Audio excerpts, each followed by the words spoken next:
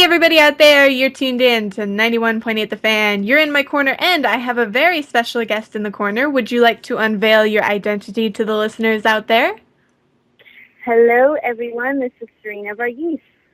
And thank you very much for joining the show. I hope we have a lot of fun today. I'm sure we will. Now, I was wondering if we could take a DeLorean or a phone booth or whatever your method of time travel is and basically go back in time and figure out what got you into acting originally. Wow. It started, I'm probably giving up my age right now, but it started about 10 years ago. Actually, even before then, I always grew up loving theater and being in plays and whatnot. And then I landed my first role in a film 10 years ago, and it was called Dude, Where's the Party? And then shortly after that, I started getting into the world of voiceovers, and so I've been in it ever since, and I love it. And so you went from live action to voiceover, and I'm going to assume that transition wasn't necessarily the easiest. You know what? It sometimes it helps. You know, both of them help, but I still do both. So I think the difference between both is when you're in front of the camera, I have to get all dolled up and makeup and all of that. But of course, when I'm a character behind the scenes in a studio in a booth, I don't really have to worry about a whole lot. You know, I can prepare however I like and walk in and come in my PJs, and no one would really care. Well, that is definitely the plus. I can understand that. Like right now, I'm in like shorts and a big t-shirt, and I still haven't combed my mm, hair yet because I got up right before my shift. So I, to- that is the best. I totally understand that. But whenever I have to go to a convention or something like that, I always have to like apply makeup and like poke my eye 8 times with the eyeliner because that's mandatory. Exactly. See, what you don't know right now is I'm wearing a muumuu. Well, we should form a club. We should form a Moo Club and go from there. Okay, I'm down. I'm down. But now, in terms of live action and for girls specifically, I actually just had this conversation with a previous guest, but it hmm seems like the stipulations on girls is a lot hmm harsher than it is for guys. for live action, Mm-hmm. it's kind of hit or miss. You know, I just moved out to Los Angeles. It's probably been about a month now, and I saw it when I was in Texas. That's where I'm originally from. I saw it when I'm here. It just really depends on what kind of role that you land and what falls in front of you. You know, I mean, you'll have some of the promiscuous characters, and you'll have the fun, bubbly girl next door. So it really is just hit or miss. But yes, sometimes I guess you can say it might be a little bit harder for girls because there's always that there's always the question of, you know, will she play the promiscuous roles? Will she go there? Because most times with guys, I mean, no one. Let's be honest. Most times people just don't care if guys play those kind of roles. Whereas for a girl, you know, it's just a little bit more challenging. So yeah, I guess I could say that. And you said you actually made the move from Texas to California, and I Right. assume that with that, that can be a little bit overwhelming because, you have all this new competition and you're kind of starting fresh in a new place. Yeah, absolutely. I definitely am starting fresh in a new place, but I'm so grateful because I have an awesome, amazing husband who's just been so supportive and just a handful of great friends who are out here and that are in the industry and that have been doing it. So, you know, I count myself, I'm really fortunate to be able to do what I do and to be able to come out here and have a support system already. That's Well, been really nice, made the transition nice. Well, hopefully, you do well in the new area and we can start hearing you in voiceover there because LA seems like the video game place and Texas Yeah. seems like the anime place. It's absolutely true. And so I'm trying to get in the on the voiceover world over here. It seems like I've gotten a little bit more on the film side, but really trying to get in on the voiceover world on this side in LA. And now, in terms of voiceover, because we didn't really touch upon it, would the very first time you were able to do voice acting, did you catch Uh-huh. on to dubbing really quickly, or did the timing kind of screw you up? How was your first time? Dubbing was interesting. I'll never ever forget the first time that I went in for an audition. I walk in, I go straight into the booth, and I can see the screen right outside, and they're sitting before me, or there are about 10 directors. At the time, it was called ADV. Right now, the studio is called Seraphim Studios, and they basically just kind of wanted to see where my range was, how did I fall, how well did I look at the character, and then try to follow through. And um, it was really interesting. I don't think my hands have ever sweated ever that much before, but somehow, I landed a role, and so I began doing a lot of Walla, the background characters here and there, and then I began working with various directors in within Seraphim, and one of the directors one day just happened to, he was casting for a show where there's about 13 little girls in the show. It was called Sister Princess, and he remembered that I did a little voice for a girl before, and he wanted me to read for this character, Hinako. And at the time that I did that background voice, he was like, "You need to pimp that voice." And I thought, really? Okay, I'm gonna. I tell the story a lot. I'm gonna pimp okay, I'm gonna pimp my voice. And so, really, after that, the floodgate just kind of opened up, and it opened up more opportunities for me to work on various projects with different directors. Well, I can understand that because in anime, you very generally have, girl characters who speak in a higher pitched voice because in Japan, that's cuter. And Yeah. we try and translate that here, and sometimes it works really well, and sometimes it just doesn't. So, Oh yeah, absolutely. and now, Um, mhm. and now in terms of anime, though, it's very emotional and very big. It's a lot. I hear from a lot of people, it's more like theater. But what do you think, in your opinion?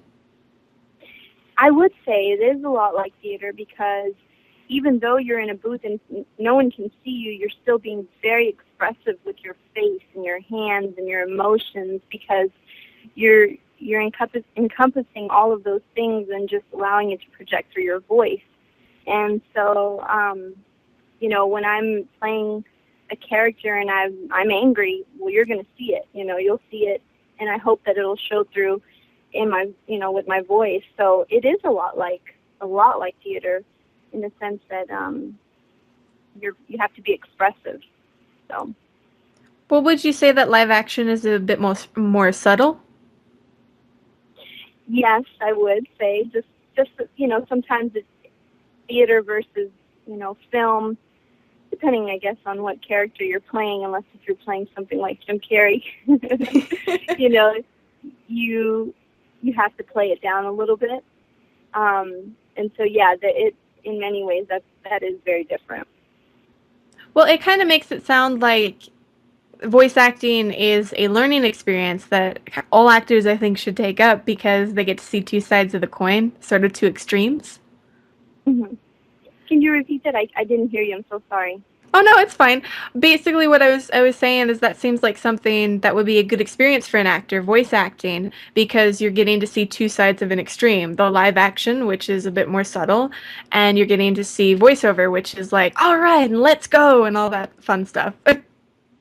Absolutely. Yeah, and that's why I feel so fortunate that I get to do both because one helps the other, vice versa. So just it's just a fun business to be in. Definitely. And for all you anime fans out there, we're going to take a short break here on 91.8 The Fan, but don't go anywhere. Our special guest isn't, so keep it tuned to your favorite station where we play everything you want and nothing you don't. Hey you! Who, me? Who else would I be talking to, you little piece of shit? Hey you! Who, me? Yes, you! Do you like being better than all of your friends? No, I Of like... course you do! Actually... Well, now you can by becoming a fanatic today! Well, I don't wanna... Shut up! By becoming a fanatic for the low price of only 20 USD a year, you'll get access to exclusive 91.8 The Fan content, like uncut interviews, extended cosplay galleries, behind-the-scenes footage, and much more. Excuse me, but... What did I say about talking? Head on over to 918thefan.com and click on the VIP area tab under Store today and become better than all of your friends. Hey everybody out there, you're tuned in to 91.8 The Fan. You're in my corner and my special guest is still here. Are you still alive? I am alive and I am breathing and I'm well. That is good. We wouldn't want unwellness to be upon you. That would be bad. But now we were actually talking behind the scenes for the listeners out there. Are there any projects that you're working on that you can talk about, or any projects that have recently come out that you want the listeners to know about?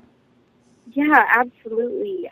This past weekend, I was just in Houston, shot a film that I'm very, very excited about. It's called Dreamer, A True American Story. It's directed and written by Jesse Solomon, who's a very talented individual, also starring an actor here that's LA-based. His name's Jeremy Ray Valdez. But just a really neat storyline, kind of captures the story of a young man who is very well educated, graduated with honors, and he comes to the country undocumented, but kind of in between he finds himself working this great job when all of a sudden his HR department discovers that his Social Security number doesn't match what he listed down. So he finds himself working at a dry cleaners and just, kind of in a rut. And I'm his friend. I play a supporting role opposite Jeremy Ray Valdez, and just become his friend. I'm his friend in the movie, and just really excited about this film. It's going to hopefully release by the end of this year. They're still shooting. It'll probably, shooting will end at the end of this month. And then I also have a fun project that is going to start shooting in March. I can't really give you too many details about it, but it's something like Entourage meets Ugly Betty. So I'll be really excited to kind of give all the details of that when I'm able to. But so it's been a fun transition. Well, that sounds fun, and it sounds like you're already taking California by storm. Yeah, the funny thing though is most of the films, though I'm here, I'm going back to Texas to shoot a lot of other projects. So yeah, I'm looking forward. I have another film that is supposed to shoot later on this year too, where I get to transition into this rebel chick, kind of breaks all the laws. That's her character, and pirating movies and making millions, and she's running away from the big wigs that kind of control the movie distribution world. I'm looking forward to that one too. So it's funny how I'm here, but I'm going back to work. Well, at the same time, you get to travel, which is always a plus. Absolutely. Cannot beat that. Like, everybody out there says that they hate going through airport security and all that stuff, but I love going on airplanes. Do you really? Do you Yes. like taking your shoes off too at the airport? Well, the one thing, like, I don't agree with those new scanners they have. So if they're going to put me, like, try and put me through with those scanners, I do have to I have to voluntarily go, I want a pat down, because you're not allowed, you're not allowed to leave, because they can sue you for up to $10,000 if you just don't want to do that. You ask for the pat down. That's cool. Yeah, well, I don't know, because some of those pictures have been leaked, and I don't want anyone to have, like, so many nude pictures of me, and that's uncomfortable for me. I'm only 20, like, I don't like that. So, but besides that, though, I like flying. Yeah, I love it. I cannot complain when it comes to that. I get to travel for work, so it's fun. And for the listeners out there who want to keep up to date on what you're doing, do you have any social networks, or do you update your website or anything? Absolutely. You can find out about more information of what I do and what I've done on my website. It is www.serenavarghese.com. And my last name's a little tricky. V like Victor, Arghese. And Twitter world, just kind of joined the whole Twitter world not too long ago, and you can follow me at Serena, capital V, Gonzalez, Gonzalez. Yep. And if you can't find her on Twitter, we actually retweeted you a little bit earlier, so it's on the first page of our Twitter too. Awesome. Awesome. And now, do you have any events or anything planned? Any conventions or anything for 2012?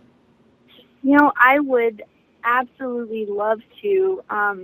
The last event that I went to was a couple years back, and it was in New York. It was Comic-Con, and that was my first convention. Never been to anything like it, and it was so amazing just to see 25,000 people, rushing into this hall and seeing all the different characters and meeting fans. And so I would absolutely love to maybe check out something over here on the West Coast now that I'm here and it's closer to me. So, yeah, I'll be looking out for that for sure.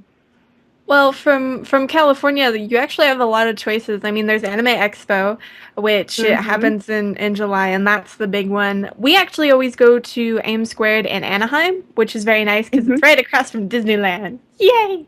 Oh yeah, I could do that. See, that one's my favorite because then you just get to, go to Disneyland and get sunburned the next day because I was an idiot and didn't bring sunscreen, so. Yeah, I would love that, and I can come and say hi to you guys. Well, that would be cool. We would love to meet you in real life. And I now, promise you, I'm not just a character. I'm a real person. well, definitely, well, think about it from this side, actually. You haven't met us, so we might be fake people. All you've heard of us is like a floating voice. This is true. You don't even know what we look like. But in terms of the interview, we're actually nearing the end of this, and I was wondering if you'd like to participate in a 91.8 The Fan tradition. Okay, what's that? We basically ask if you'd be willing to do a radio bump for us. Oh, absolutely. Awesome. All we ask is if you'd be willing to say, hello, my name is, you insert your name, I do this, you can say characters, you're an actress, whatever you want to put there, and you're Hmm. tuned into 91.8 The Fan. Okay. So whenever you're ready, we're actually recording. You get to try the takes live on air. All right. Hey guys, my name is Serena Varghese. You may know me from Hello Kitty Animation Theater as the voice of Bats Maru or in Clannad. And you are tuned in to 91.8 The Fan. Oh, see, that was easy for you. You didn't mess up at all. I should have made it harder. God. No, I'm kidding. And is there anything else you'd like to tell the listeners out there? Well, I just want to say thank you so much for tuning in and listening, and hello to all my friends and fans out there. And just keep in touch, and we'll definitely be updating you on whatever project that I'm working on. I really appreciate you guys. Thanks for having me, too. Thank you for being such a pleasant guest. And for anybody out there that missed any of this interview, don't fret, it'll be up on the website within the next few days. So keep your eyes peeled to 918thefan.com and keep your ears tuned to 91.8 The Fan, everything you want and nothing you don't.